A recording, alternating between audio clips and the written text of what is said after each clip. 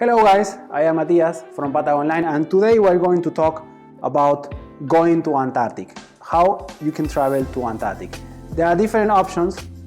You can go with a plane, but I don't recommend you to do that because it's very difficult to land in Antarctic. There's people who is offering this, but the success rate is not too high. You can depart from Ushuaia or Punta Arenas, but the options to land in Antarctic are not higher. What I'm going to talk today is about going with a ship and not a normal cruise ship, because this is too big for Antarctic. I'm talking about one oceanographic ship, something smaller that can go through the icebergs.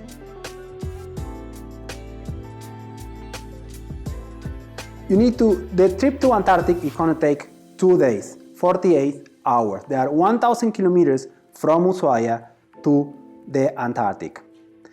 During this time, the ship is going to move a lot. It could move up to 30 grads, right? Why? Because we are traveling in the confluence of 3 different oceans: Pacific, Atlantic, and the Austral Sea. Yeah. So you need to take medicine, yeah, for the sickness, and you're going to be okay. Anyways, these 2 days, you will have a lot of entertainment because you need to learn a lot, conference, etc. Next question, big question: which cabin should I choose? Prices range is big. There are a lot of difference. A cheaper cabin could cost $5,000 up to $15,000 a luxury cabin. Careful, be aware, the cheapest cabin doesn't mean that it is a bad cabin. It has some benefits because they are usually in the down part of the ship, and if it moves a lot, the close to the base of the ship, yeah, you will not feel it so much. One benefit. Second benefit, you can share this cabin with another person. And the third benefit, of course, it is the price. If you go up to a luxury class, you will have more windows and a better view. But anyways, don't forget that the majority of the time you're going to be in the common area where the conference are, or where the people also is. What can I do in Antarctica? What's the plan? There is no plan in Antarctica because you never know how the next day is going to be. What is important to understand is that the itinerary of the day is going to made early in the morning, depending of the iceberg disposition, if the ship can go through or not. Another very important factor is the wind. You cannot have more than 40 knots wind to use the Zodiac. You cannot do that. If the wind is lower to 40, then you can land and go to the continent. This is very important.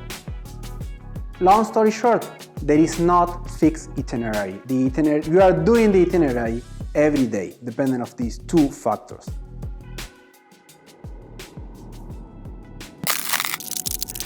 So guys, big question, very frequently question: what should I wear if I go to Antarctica? So, how is the temperature down there?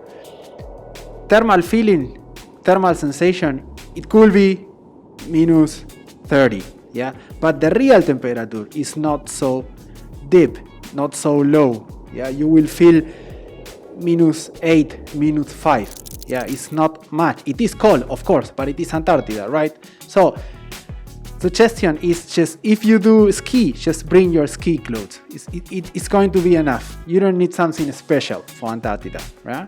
And you're going to be outside maximum 2 hours maximum, not more than that, right? The only problem you will have is down there in your feet, yeah? Because you would like to use this kind of boat, but instead of this, you are obligated to use this one, rubber boot. Why? Because you need from 10 to 15 centimeter, yeah, protection to step in the water. Because with the Zodiac, you need to walk in the water a little bit, yeah. And also there's another reason that if you visit a penguin colony, when you're back in the boat, in the ship, they will disinfect your boots. Why? Because to prevent the risk of transmit sickness from one penguin colony to the next one. If you like this video, I invite you to subscribe to the channel, and you will get more content from Antarctica or Patagonia. And also I'm going to leave left links in the description, then you can continue browsing, navigating, and inform you about how to go to Antarctica. Thank you very much. I am Matia from Patagon Online.